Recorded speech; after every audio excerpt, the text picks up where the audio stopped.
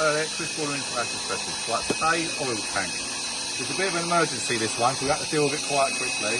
We had a call out yesterday, and there, where the tank started blistering, it's now appeared a crack and it started leaking. You can see where it started leaking all on the existing concrete base. So obviously we've got to treat it as an emergency. So we've moved our customer that was today, we've moved them because they've got a working boiler to attend this on an emergency. So what we've got to do, because it's in the wrong place, too close to the boundary window, etc. We've done a little bit of shuttering, we've done a new box, and we're going to obviously put the tank this way. So we're away from the boundary, 76 centimetres, and we're going to concrete fold, because we didn't get too much into the garden, we're going to concrete fold through the window, so you'll be 1.8 metres away from that.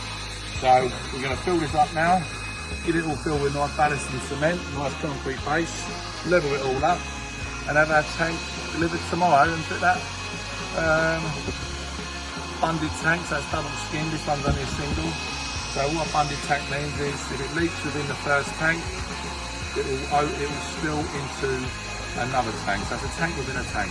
And that's it really, so we get this sorted, job done.